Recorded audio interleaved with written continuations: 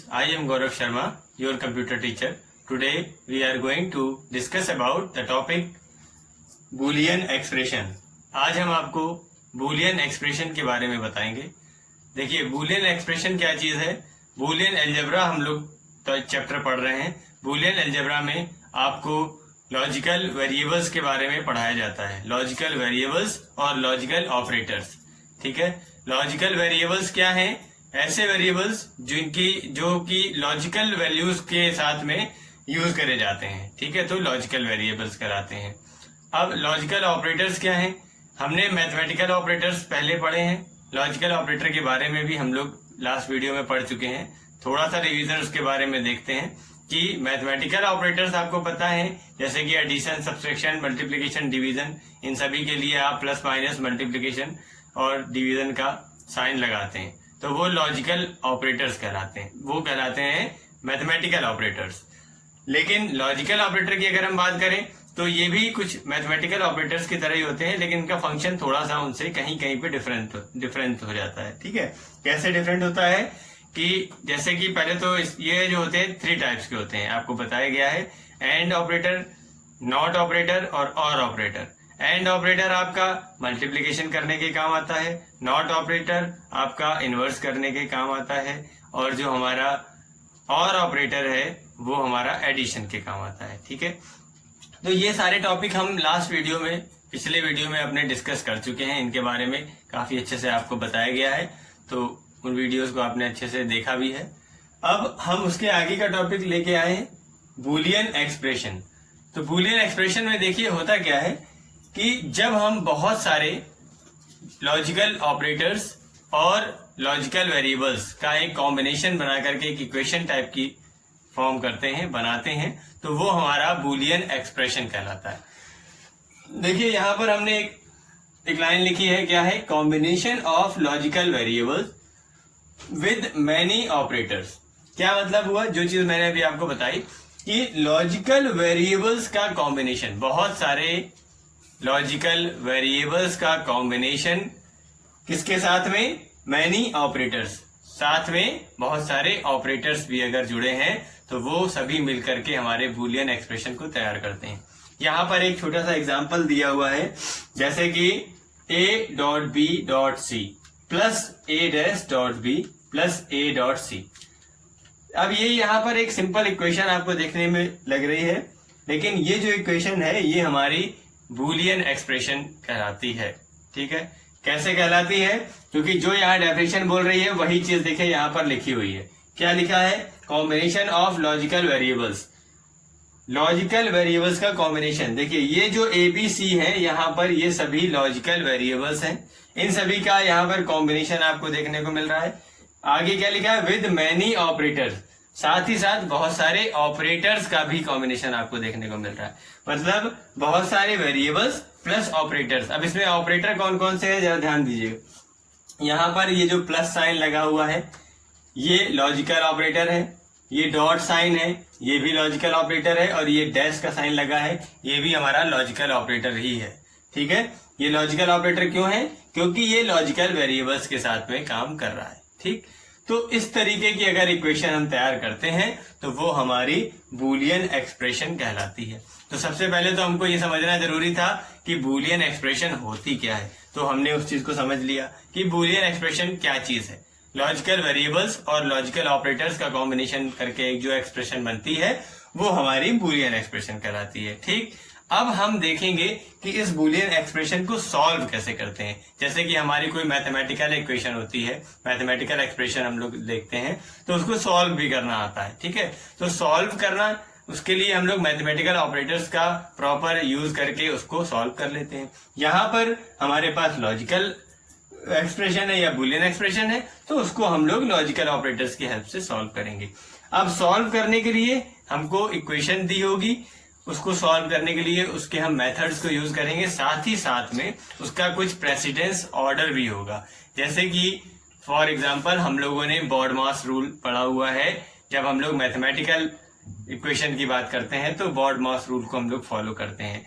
जैसे कि आपको बताया कि पहले भाग या गुणा पहले सॉल्व करेंगे, फिर एडिशन सब्सट्रैक्शन का जो प्रेसिडेंस है वो जो हमारा डिवीजन और मल्टीप्लिकेशन है उसके बाद होता है। इस तरीके से और भी कई सारी चीजें हैं इनका एक जो एक सीक्वेंस होता है। सबसे पहले ब्रैकेट, बॉड मॉस में बी जो होता है वो ब्रैकेट को शो करता है, सबसे पहले ब्रैकेट ओपन करेंगे।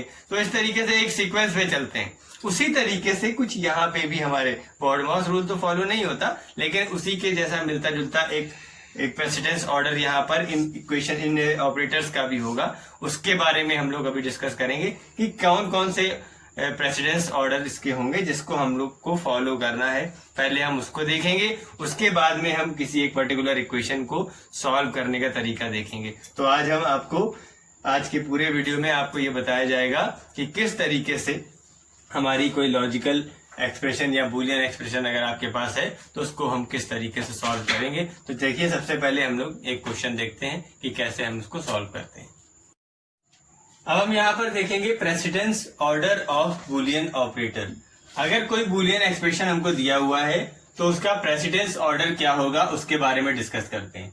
देखिए, यहाँ पर हमने कुछ स्टेप्स यहाँ पर दिए हुए हैं। तो ये जिस सीक्वेंस में हमने लिखा है वो एक तरीके का आपका ऑर्डर को डिफाइन कर रहा है। क्या डिफाइन कर रहा है कि सबसे पहले लिखा हुआ है, देखिए लेफ्ट टू राइट। मतलब क्या है कि हमारा जो ये इक्वेशन है वो लेफ्ट टू राइट स्कैन होगा।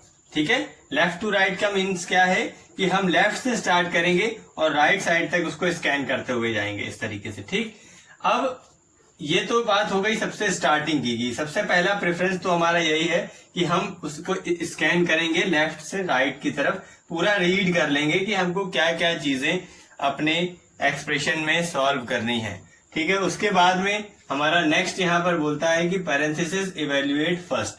अगर हमारे इक्वेशन में कहीं पर पैरेंथेसिस का यूज किया गया है तो सबसे पहले हम उसी स्टेप को हम सॉल्व करेंगे। जैसे कि यहाँ पर आपको कोई पैरेंथेसिस नहीं दिख रहा है, अगर हम मान लीजिए कि कोई पैरेंथेसिस यहाँ पर दिखा दें, जैसे कि अगर ऐसा कुछ कर दें हम यहाँ पर।